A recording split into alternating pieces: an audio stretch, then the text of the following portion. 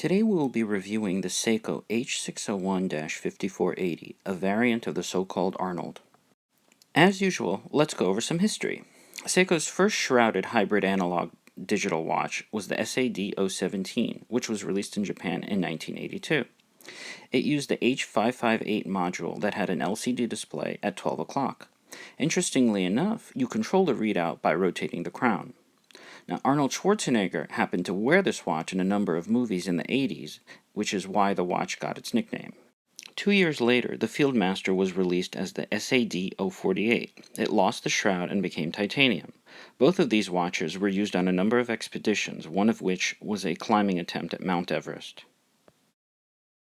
The watch being reviewed today is a newer version of the original Arnold. Perhaps you can even call it an upside-down Arnold.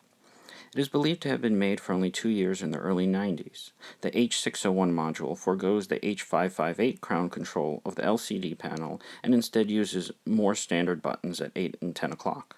It also has a light, alarm, and chronograph function. Dimension-wise, the diameter is 45 millimeters without the crown, the thickness is 11 millimeters, the lug-to-lug length is 45 millimeters, and the lug width is 22 millimeters. And here is a list comparing the differences of the H558 and H601. That includes the position of the LCD, control of the LCD, chapter ring markings, and dial markings. Like with many older watches, and I'd hesitate to call this vintage since it's from 1990, original parts are hard to come by, most frustratingly the plastic shroud. That being said, there are a number of individuals making them now, along with aftermarket sapphire crystals. You just have to search eBay. For most other components, though, you will have to cannibalize other watches.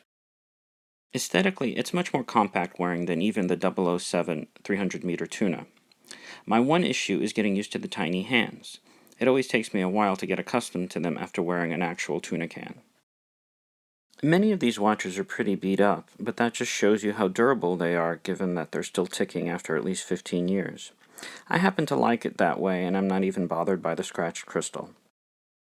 Here is a comparison of it to the SBBN007 Tuna.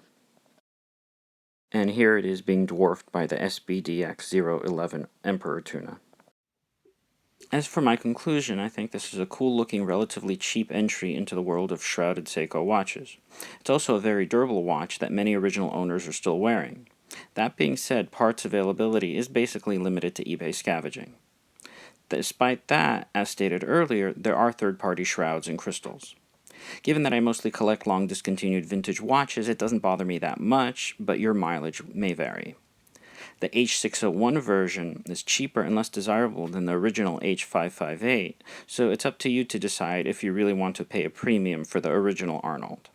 I used to have a 558, but stupidly sold it many years ago, so at this point I'm happy enough with the H601. That's about it for this review, and as usual, thanks for watching.